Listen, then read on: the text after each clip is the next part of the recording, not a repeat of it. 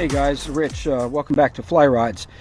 Today I'm going to be adding some tire sealant to the rear tire of my scooter. I've had a couple flats recently, and boy, it sucks to have to ride back on a flat tire, at like no speed at all, or even in the grass. It's just really bad for your tire altogether. Sidewalls, you could tear them up, and or even damage your rim if you hit something sharp on the road, like a curb or something, on the way back. So anyway, I'm going to go ahead and show you how I'm going to add some of this tire sealant to the inner tube part of the tire. Okay, I think this will be pretty helpful. So I have right here with me, I have some slime. You can buy this at at a automotive shop like AutoZone or O'Reilly's or whatnot.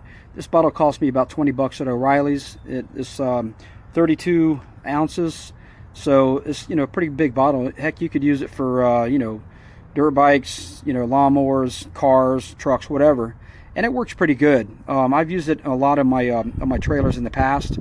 I had a land clearing business, and we did a lot of trailer repairs, going to the dumps and whatnot, with the tires going flat.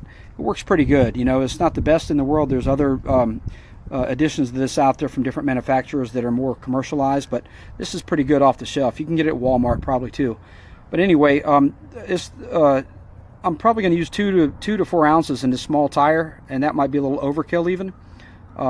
So it doesn't take a whole lot. So if you buy a big bottle like this, you're going to have some left over, unless you want to run some in your car tires as well. But let me show you how this operates. What's cool about this is it has a valve stem remover actually in the cap. I don't know if you can see that, but it's a valve stem remover right there built into the cap, so you can use that in case you don't have one. So it does come with one, which is nice. But I have one here which you can pick up for a couple bucks at any auto parts store, which is kind of specifically for taking the valve stems out of a tire to let the air out. So anyway, we're going to be using this tool instead. Okay, so let's get started. Okay, so now we're going to take this tool that I just talked to you about, which is your valve stem core remover, and it's got a slot right here, so we're going to be real careful. We're going to slide it right over top of the valve stem, and we're going to turn it slowly with a little bit of pressure, and you'll feel it lock in to the valve stem and seat. Once it seats down like that, you just continue to turn it, keep pressure against it, and slowly you can hear the air coming out now. Slowly let the air come out of the tire. Now be ready for it when it ends the threads and it comes out of the threads all the way. Be ready for it to try to blow the actual valve stem out. So you want to keep some pressure on it so it doesn't blow out on the ground.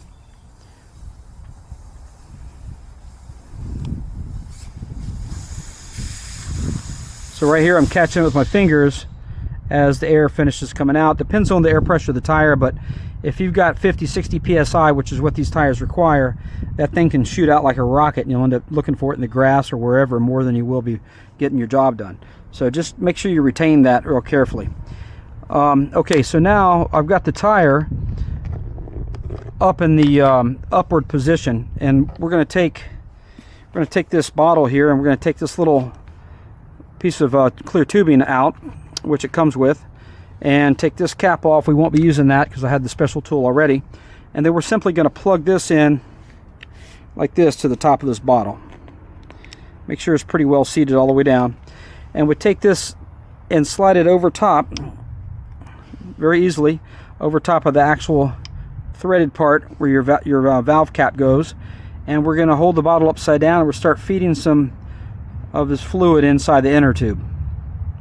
And you can see is coming out of the bottle. You can see some of the pieces of shredded rubber that's actually inside of this fluid. It's like a glue with pulverized rubber in there. You can see the little black things hopefully sliding out of the tube. And I'm going to add a couple ounces probably. That might be pretty good there. And just flip the tube back up like that. Let it retract. And carefully just unplug this like that. Now you have a little bit of goop right here that is kind of in the way, so I'm going to take my air pump, make sure the threads on the outside are clean, because this stuff is like Elmer's glue really, and I'm going to thread this on real quick and pump it up just for a second,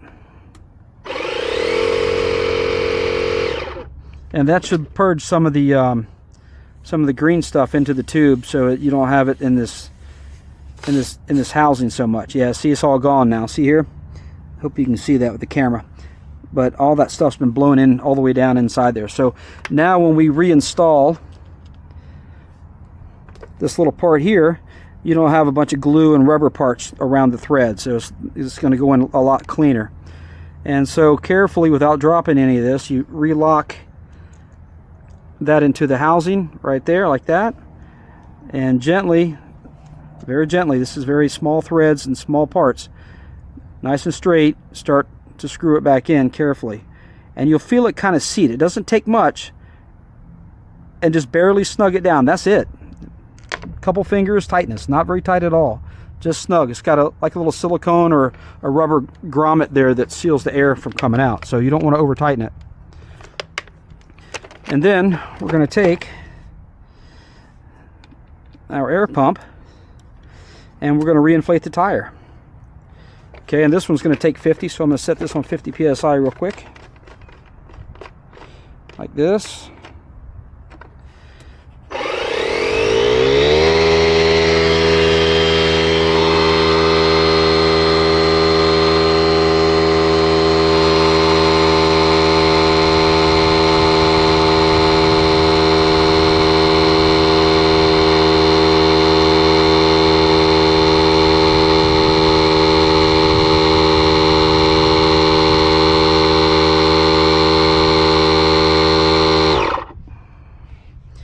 Okay, we're at about 52 pounds, but the tire is going to kind of reseat itself because once I let the air out, that tire comes loose off the actual rim a little bit. So once I ride it, I can double check the air pressure again, make sure we're still at the target of 50, which I'm going to be pretty close right there. And we'll put our valve cap back on next, and that's good to go, guys. What we want to do, though, if you do have a leak in a tire, for example, and you're not sure where the leak is coming from, or if you've got a piece of wire in there or something like that, and you're trying to repair this on the side of the road, and you want to put this slime in there to repair it, you want to make sure that you can elevate the tire and or roll the tire immediately after airing it back up. You want that slime, that green glue, basically, to find the hole, find the leak, and as the air's coming out, it'll jam into that leak point. Okay, so we just got through putting the tire sealant into the inner tube of the tire, and now what I recommend doing is once a valve stem is installed properly and gently tightened down, we'll go ahead and roll the tire, or you can run the actual scooter and then come back and check your air pressure, make sure that your air pressure hasn't changed after the tire kind of seats itself back on the rim under some pressure. But rolling the tire is important because if you have any leaks at any point or time, that glue or the sealant will start to go into the area where the leak is happening, and it'll take some of that emulsified rubber that's in there, suspended in that glue, and kind of clog up the area and cause a more of a permanent seal. So yeah, it's important if you're fixing a tire on the side of the road to go ahead and rotate that tire as quick as you can once you got some air in it to help that sealant do its job. Otherwise it won't find the hole.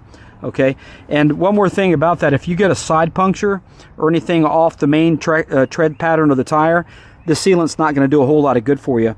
I don't recommend patching anything in the side of a tire anyway, because that compromises the actual structure of the carcass of the tire, and you can end up with a blowout pretty quickly, or a delamination of the tire under pressure and speed or weight of any vehicle, not just electric vehicles like we ride, the PEVs.